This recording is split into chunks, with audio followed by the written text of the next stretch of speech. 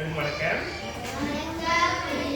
சரி, நம்ம இன்று வந்து பாத்தீங்கன்னா இன்று நம்ம அகராதி பயன்படுத்தி எப்படி வந்து ஒரு பொருளை தேடுவது என்பதை பார்க்கலாம். சரியா? பெரும்பாலும் அகராதி சொன்னாலே என்ன செய்வோம், நம்ம உடனே டிக்ஷனரி எடுத்து பார்ப்போம். ஆமா இல்லையா?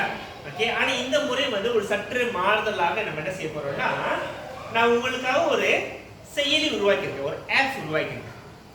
சரியா? அப்ப நீங்க ஆங்கிலத்தில் ஒரு சில சொற்களை நான் போடுவேங்க.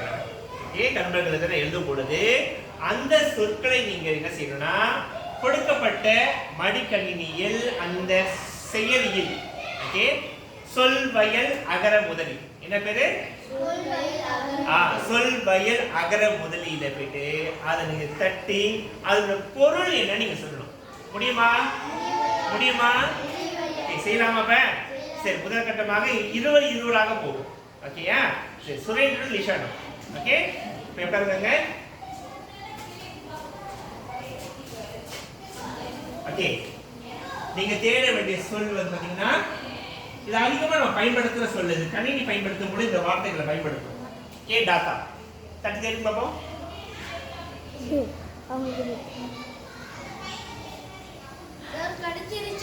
என்ன கிடைச்சிருக்கு? என்ன பொருள்? தரப்பட்டவை வாத ஆதார கூறுகள், தெரிபொருட்கூறுகள், உயர்த்துணர்வு உதவும் மூல காரண பகுதிகள், மெய் செய்திகள், செய்திகள், குறிப்புகள். ஓகே, வாழ்த்துக்கள். ஓகே, உங்களுக்கு வந்து பாத்தீங்கன்னா நீங்க புத்தகத்துல பார்க்கறத விட உங்களுக்கு மிக விரைவில் இந்த சொல்லினுடைய பொருளை உங்களால சொல் வயலால் கண்டுபிடிக்க முடியும். சரி, இன்னொன்று பாப்போமா? அது எப்ப வாங்க ஐயா? அடுத்து ரெடியா இருக்கீங்களா? ஓகே, அடுத்தது என்ட்ரி.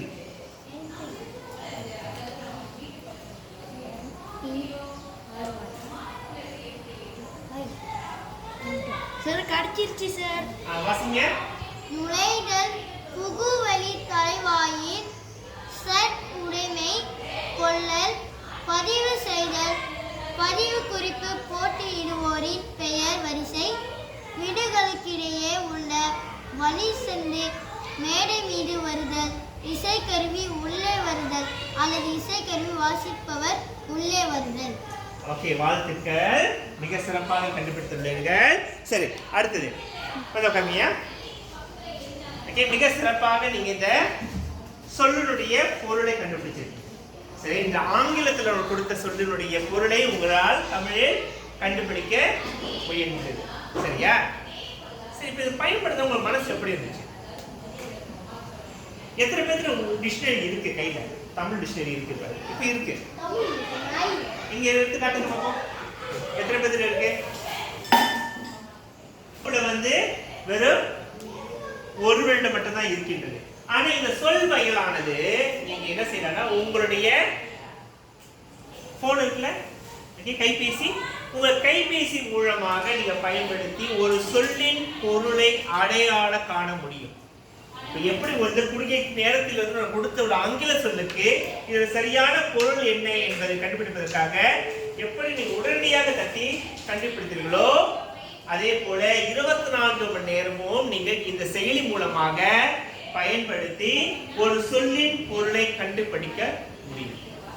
அதை இப்ப உங்கள்கிட்ட வந்து இதே சொல்ல கொடுத்து தேடுகிற புத்தகம் சொல்லும் பொழுது பாத்தீங்கன்னா நீங்க தேடிட்டு இருப்பீங்க, ஆனா உங்களுக்கு விரைவாக கிடைக்காது. ஆனா இதே தகவல் தொழில்நுட்பம் பயன்படுத்தும் பொழுது இந்த தகவல் தொழில்நுட்பமானது நம்ம தேடுதலை விரைவுபடுத்துகிறது, அதே நேரத்தில் நேரத்தை மிச்சப்படுத்துகிறது.